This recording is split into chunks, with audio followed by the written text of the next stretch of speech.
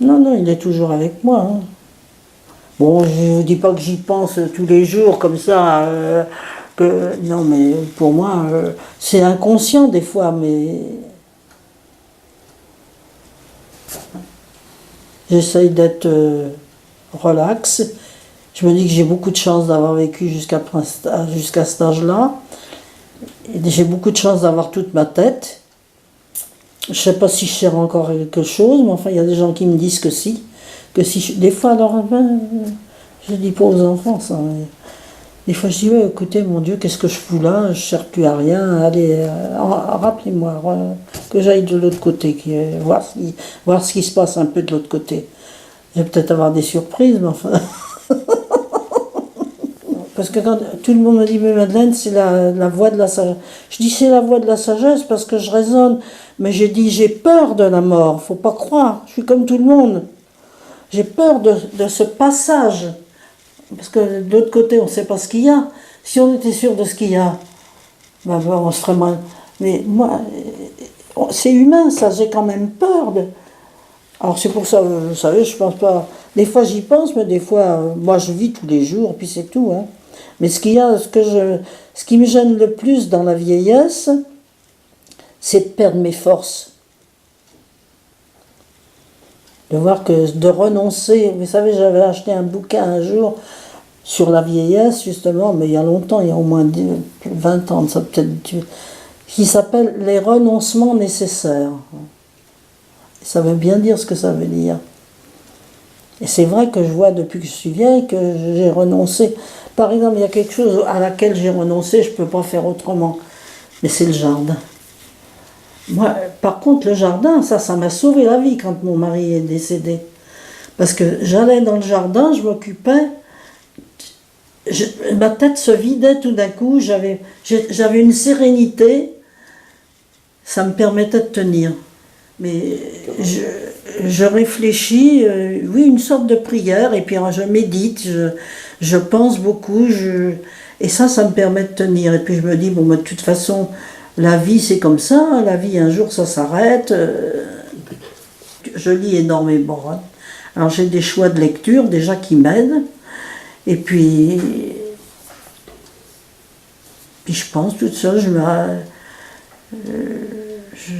m'arrête et puis ça. Qu'est-ce que je regarde à la maison? Des jeux de mots. C'est tout ce que je regarde. Le reste, bon, si je regarde des fois des documentaires, faut pas que je dise. Si je regarde puis les informations un peu, mais les informations des fois. Puis je lis. J'ai un genre de magazine, ça je lis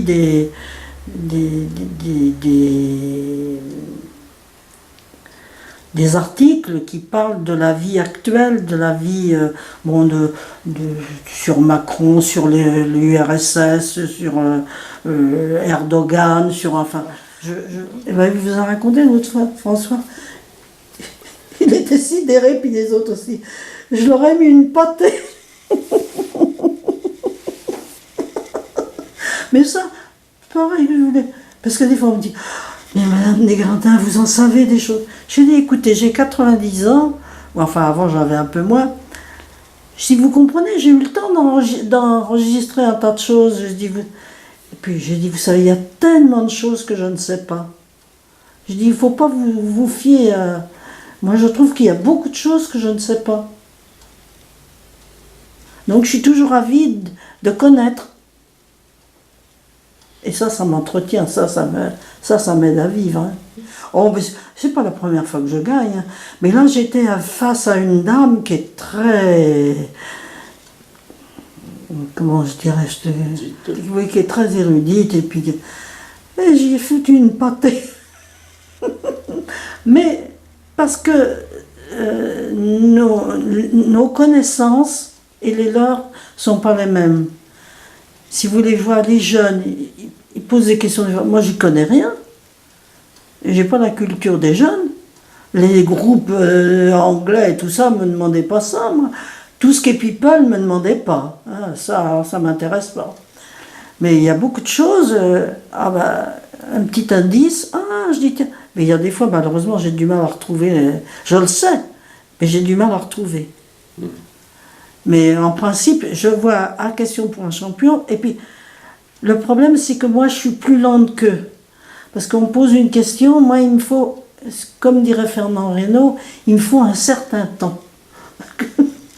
Parce que la question, je dis, alors hop, il faut que j'ouvre le bon tiroir. Tandis que, hop, ils répondent tout de suite. Alors, il y a des fois des tas de questions, je le sais, mais les autres sont plus rapides que moi. Mais alors, par exemple, il y a des choses, les gens... Alors, je les laisse dire leurs conneries, leurs erreurs, et puis, quand tout le monde a fini, toc, et puis... Ah. Ben, j'étais contente surtout pour François, qu'il soit fier de sa mère.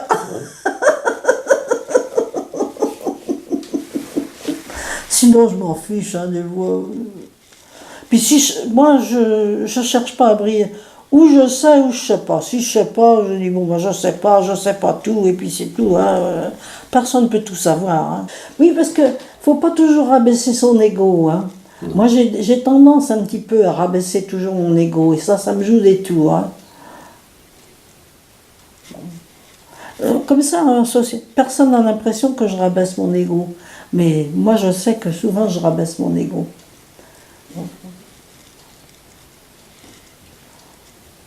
C'est comme ça. Oh, ben, je pense qu'ils ont un ego. Jean-Louis, il est un peu... enfin, il est plus difficile à cerner, Jean-Louis, parce qu'il ne parle pas. Mais il a une valeur, mais je ne crois pas qu'il est... Jean-Louis, il n'y a pas besoin de lui remonter son ego. François, il est normal. Moi, mes enfants, je les trouve bien. Hein. Ben, je trouve qu'ils sont intelligents, qu'ils sont honnêtes, qu'ils sont bien insérés dans la société. J'ai beaucoup de chance, ils s'occupent de moi tous les trois. Ils s'inquiètent de moi. Je ne veux pas dire qu'ils s'inquiètent de moi. Ils ont quand même une piété filiale qui est intéressante. Non, je trouve que Louis et moi, on a bien réussi l'éducation de nos enfants. Là, mon ego, il est surtout grâce à Louis. Oui, à moi aussi, parce que vous voyez, mon fils aîné, un jour, il m'a dit comme ça, « Oh, toi, maman, t'étais plus cool, mais on savait qu'il y avait des limites à ne pas dépasser. » Et mon mari, ils n'osaient pas demander à mon mari, parce que mon mari était... Alors, quand il y avait une permission un peu spéciale, ou ils avaient un désir un peu spécial, ils m'en parlaient, je dis, bon, ben, je vais en parler à votre père. Et ça, mon mari m'a dit, je te remercierai toujours, Madeleine, de jamais avoir pris une décision sans m'en parler, sans qu'on la prenne ensemble. Alors j'en parlais à mon mari. Alors mon mari, avec son... Je comprends pas. Il faut toujours qu'il passe par Marie médiatrice. Il peut pas venir. Si j'avais une amie très proche, justement, que j'aimais beaucoup, mais qui était à Montauban, enfin avant, qui était à Thiers, à côté de chez nous, mais la vie a fait que, moi je suis venue ici, elle est partie à Montauban. Et Micheline, elle était là avec 80 ans. Et elle avait 2 ans de moins que moi. Elle m'avait dit, bon, moi aussi je ferai mes 80 ans, vous viendrez, Madeleine. Puis malheureusement, elle est décédée avant. Ah, quand Micheline est décédée, ça m'a fait un choc. Parce qu'on avait beau être loin de l'autre, on était toujours en relation. Je me sens pas isolée si vous voulez, mais souvent j'y pense, je me dis, mon Dieu, moi je suis toujours là, et puis il y a beaucoup de gens que j'ai connus qui sont plus là. Même par exemple, des fois dans les artistes, ou dans les... Par exemple, Mireille d'Arc, ou des... Allez, je dis encore un qui s'en va, et puis moi je suis toujours là. J'ai beaucoup de chance avec mes petits-enfants aussi. Mais je crois que le noyau, si vous voulez, il y a ce que nous on transmet, et puis nos enfants transmettent. Et vraiment, et puis je vois aussi bien Élodie que Camille, qui ont chacune un conjoint maintenant, ben, ils ont bien su choisir. Les deux pièces rapportées, là, je les aime beaucoup. Élodie et Lionel, ils sont à Limoges, je ne vois pas, mais ils viennent tous les ans en vacances ici, avec leurs enfants. Et Camille, alors Élodie, je lui téléphone de temps en temps, mais sur Skype, c'est pas leur culture, j'arrive pas à... Tandis que Camille, je l'appelle sur Skype. Et puis, alors on discute, l'autre fois, je l'ai appelée une fois comme ça. Et puis, la conversation est venue, puis elle avait des choses qu'elle n'allait pas trop, elle s'est confiée. Alors, Elle a beaucoup parlé. Alors au bout de 10 minutes, un quart d'heure, elle me dit comme ça, ben, t'es contente, t'as pu parler, t'es pas... Ben, je lui dis, ben, elle me dit, oh non, elle dit, je crois que c'est surtout moi qui ai parlé. Ben, je dis, c'est bien Camille, je t'ai écouté. Alors ben, j'en ai que 4, hein. 2 chez Jean-Louis et puis 2 chez Yves. Les 2 garçons, aussi bien Arnaud que Louis, c'est des vrais dégardins. Ils parlent pas beaucoup. Arnaud, là ça va mieux, hein. Mais Arnaud il me téléphone, tout ça. Ben alors mamie, bonjour. Ben bonjour, mon petit Arnaud, ça va? Oui. Alors je vous non, c'est tout. Quant à Louis, alors c'est tout juste bon, ou alors il faut que si j'ai la famille des Gardins sur Skype, que son père. Mais par contre, Louis, il s'appelle pas Louis pour rien. Hein. C'est le gamin, sans que vous vous en rendiez compte, qui va être à votre écoute, à votre service. Ben, je vous ai raconté le coup de la télé qui m'avait tout déréglé de l'arrière-petit-fils. J'ai deux zapettes, parce que je suis par satellite. Alors, il y a une zapette pour ouvrir et fermer la télé, puis l'autre zapette pour changer le gamin, 5 ans. C'est normal. Chez lui, il n'y a qu'une zapette. Alors, on lui ouvre la télé. Alors, il veut changer de chaîne, il veut fermer. Hop, automatiquement, il se trompe de zapette.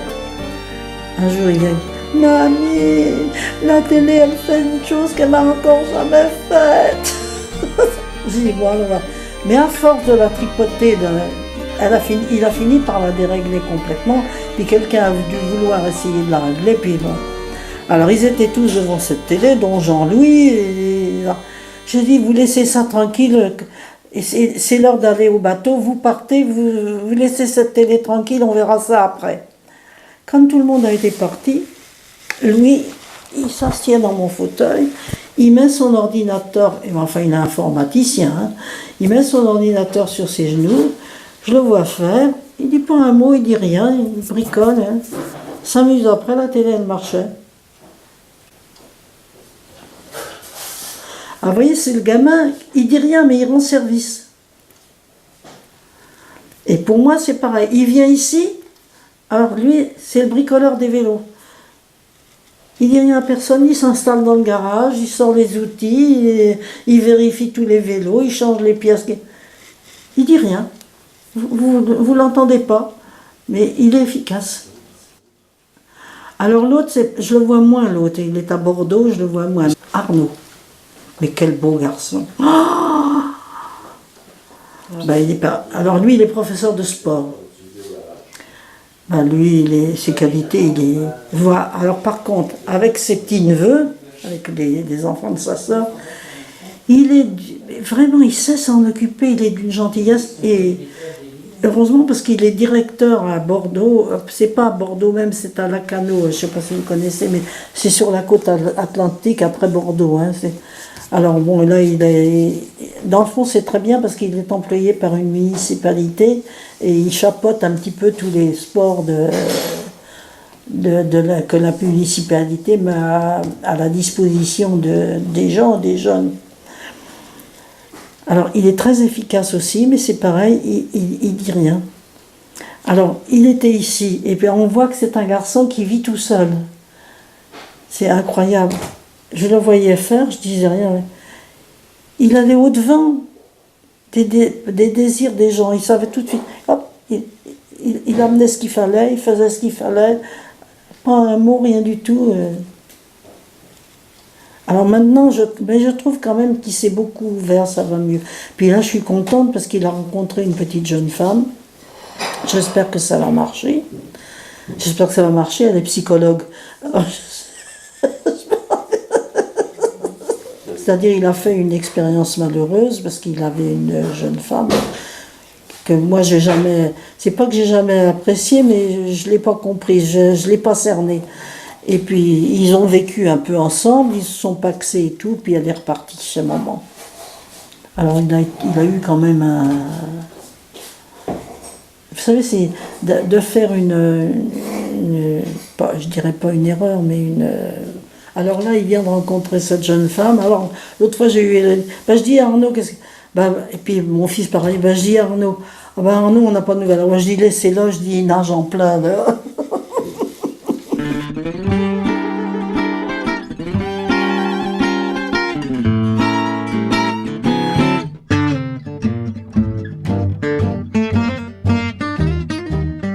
Donc, on est rendu à la phase où tu nous parles de tes petits-enfants. T'en as combien? J'en ai eu 5. Alors vas-y, explique-nous. J'en ai plus que 4 vivants. D'accord, explique-nous. J'ai perdu la première petite fille qui était née en 1980.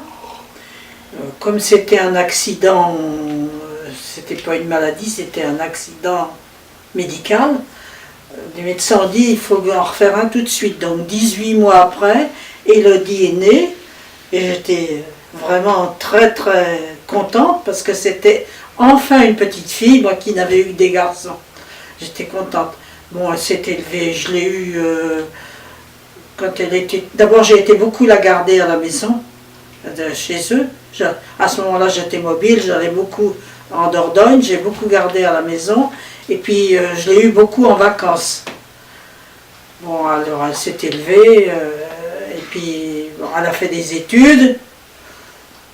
Elle a été avec son frère à l'université de Bordeaux. Ils ont fait des études sportives tous les deux. Et maintenant elle est directrice d'un centre aéré. Bon. Elle est mariée. Elle a 2 petits-enfants, un petit garçon et une petite fille. Ce sont mes premiers arrière-petits-enfants. Les autres, j'en ai pas encore. Ils ne sont pas pressés maintenant. Bon, après elle, 5 ans après, est venu Arnaud. Arnaud, c'est pareil, je l'ai eu beaucoup ici. Je m'en suis beaucoup occupée. Et j'ai beaucoup été le garder aussi à la maison parce que Jean-Louis faisait le taxi et puis Camille, elle travaillait, donc des fois, enfin j'ai beaucoup été les garder, plus que de les... Mais enfin, je les ai eus tous les ans en vacances, pendant X années. Voilà. Bon, ça c'est... Alors lui c'est pareil, il est coach sportif, et pour l'instant il est tout seul. Enfin, ça ne durera pas, j'espère, qu'il trouvera une âme sœur. Et puis, donc, ça, c'est les 2 aînés, les enfants de mon fils aîné. Et puis, le second... Alors, ça, c'est des enfants qui ont bien réussi, qui sont bien dans leur vie. Tout à fait. Oui. Et puis, c'est-à-dire que j'ai une satisfaction avec mes petits-enfants, parce que c'est des gens équilibrés, c'est des gens vraiment... c'est des gens normaux, quoi. J'ai beaucoup de satisfaction avec eux, surtout avec ma petite fille maintenant qui vient tous les étés en vacances ici avec ses petits-enfants. Donc je profite bien de mes arrière-petits-enfants. Voilà. Et puis après... Et le garçon alors? Le garçon Arnaud? Arnaud, il est beaucoup plus discret. Hein, je le connais, mais il est beaucoup plus difficile à cerner. C'est un vrai dégardin, il ne parle pas. Ah mais lui il n'est pas dégardin, il est Chevlet. D'accord. Après il y a donc le deuxième, Yves. C'est pareil, la première grossesse de Yves qui a 2 enfants, c'est ça? Il a 2 enfants, mais la première grossesse de ma belle-fille, elle n'a pas abouti parce qu'elle a eu une maladie extraordinaire, asiatique, enfin on ne sait pas d'où ça venait. Enfin ils ont été obligés de la faire accoucher d'urgence et l'enfant n'a pas vécu. Donc en réalité je devrais en avoir 6 des petits-enfants. Après donc ils ont eu Camille en 1988. Alors là, Camille c'est un phénomène. Hein. Elle m'a fait des trucs. C'est elle qui a dit comme ça... J'étais à Unico avec elle, et puis j'étais à discuter avec une dame, puis sans doute on parlait un petit peu de nos malheurs et tout ça, et alors elle regarde la dame droit dans les yeux, puis elle lui dit « Mais vous savez madame, c'est pas parce que ma vie, elle est... Ma mamie. Elle est... Comment? C'est pas parce que... Ma mamie. C'est pas parce que ma mamie, elle est toute fripée qu'elle est vieille. Bon, alors elle, c'est pareil, je l'ai eu beaucoup, beaucoup. Elle est venue ici, elle avait 5 semaines la première fois. Je l'ai eu beaucoup, beaucoup en vacances. J'ai beaucoup été les garder à Morigny parce que Yves faisait des classes de neige et pendant qu'il faisait les classes de neige, j'allais garder les enfants. J'étais disponible, j'étais en retraite. Alors elle, c'est tout à fait spécial comme métier. Tout de suite, elle a su ce qu'elle voulait faire. Mais enfin, les dons qu'elle a, elle ne les tient pas de notre côté, elle les tient du côté de sa mère. Parce qu'elle avait un frère qui était publiciste. Et elle a su tout de suite ce qu'elle voulait faire. Au Beaux-Arts, elle a fait 3 ans de Beaux-Arts à Épinal. Elle est revenue dans la région parisienne et elle a fait 2 ans au collège Estienne, qui est très réputé à Paris. Et elle est donc maintenant, elle est illustratrice scientifique. Alors elle travaille à son compte, elle a beaucoup de boulot et ça. Bon, elle, c'est l'ouverture, et puis Louis, c'est encore un vrai dégardin celui-là. Il ne parle pas, il est très renfermé, mais enfin, il réussit bien, il fait des études informatiques, lui qui n'a pas terminé, il est en Master 2. Et puis bon, bah là, je crois qu'il va prendre son envol, hein, parce qu'il cherche à se loger tout seul. Voilà. Ça se débrouille tout ce monde-là, ça grandit. Voilà. Alors j'espère que les autres petits-enfants vont que je serai vivre encore quelques années pour avoir d'autres arrière-petits-enfants. Je souhaite ça de tout mon cœur. Voilà. Est-ce que tu t'es occupé d'autres enfants dans ta vie? D'autres enfants? Oui. Ah bah ici c'était la colonie de vacances. Mhm. Il y avait les enfants de ma jeune sœur qui a 20 ans de moins que moi. D'accord. Voilà. Et puis il y avait les enfants de... Ils ne couchaient pas là, mais dans la journée il y avait les enfants de Joël. Joël et Guylaine. Hein, des petits îlets de Joël, tout ça, ça venait ici, ça faisait des cabanes dans le fond du jardin. Il m'invitait à manger dans des assiettes où il y avait de la purée qui était de la boue, de la vente. Il s'amusait, il franchissait, il n'y avait pas de maison derrière, c'était un terrain vague. Il franchissait le fossé, il s'en allait en exploration, il disait. Oh, ils en ont passé des bons moments ici. Donc c'est des bons souvenirs? Ah oui, et puis tous les après-midi, je mettais ça dans la voiture et hop, au sapin. C'est quoi les sapins? Ben, à la plage des sapins. Ok, qu'est-ce que vous faisiez là? Ah ben moi, je les regardais faire, parce que... Enfin, je jouais avec eux aussi beaucoup. Je jouais avec eux, alors ils passaient tout l'après-midi là, en rentrant le bain, manger et au lit. Voilà. Bon, ben merci pour ces informations sur la 3e génération. Voilà, la 3e génération. Et puis il y a la 4e qui est en route.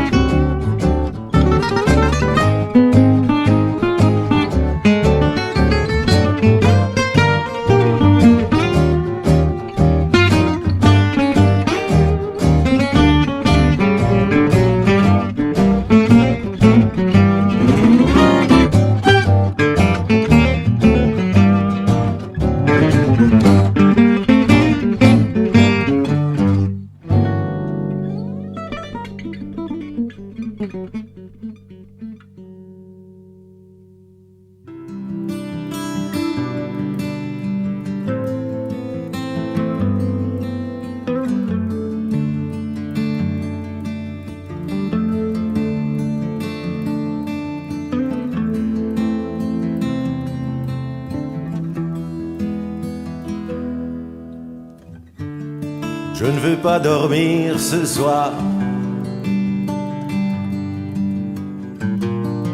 parce que la vie est bien trop belle, le ciel est trop luisant.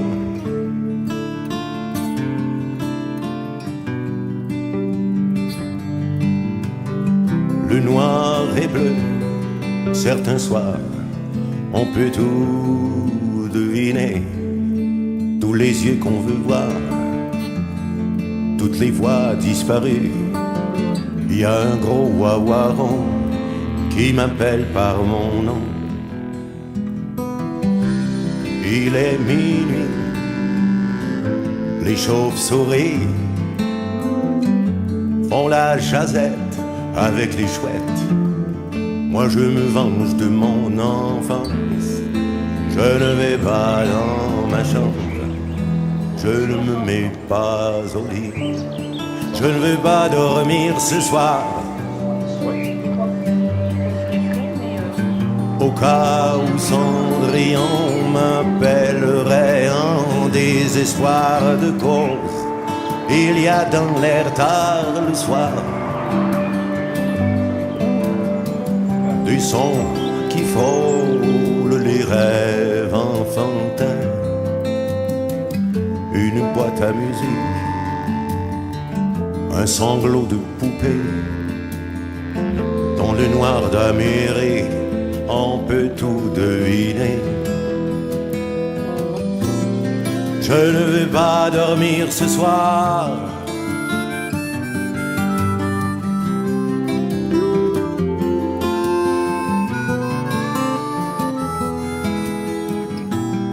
je ne veux pas dormir ce soir, je ne veux pas aller me coucher.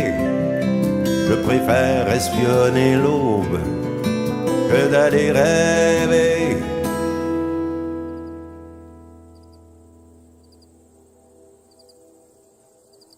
Je ne veux pas dormir ce soir, je ne veux pas qu'il finisse le beau jour d'aujourd'hui.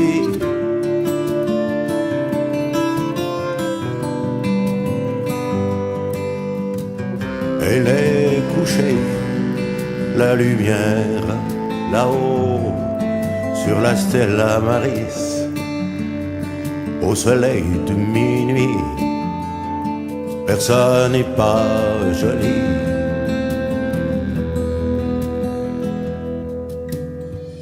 Passé minuit, mauvais kaki,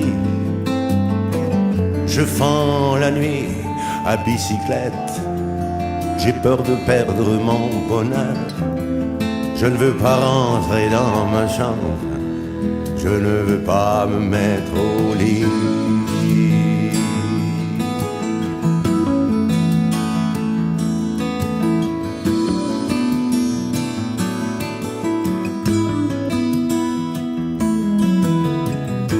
Je ne veux pas dormir ce soir.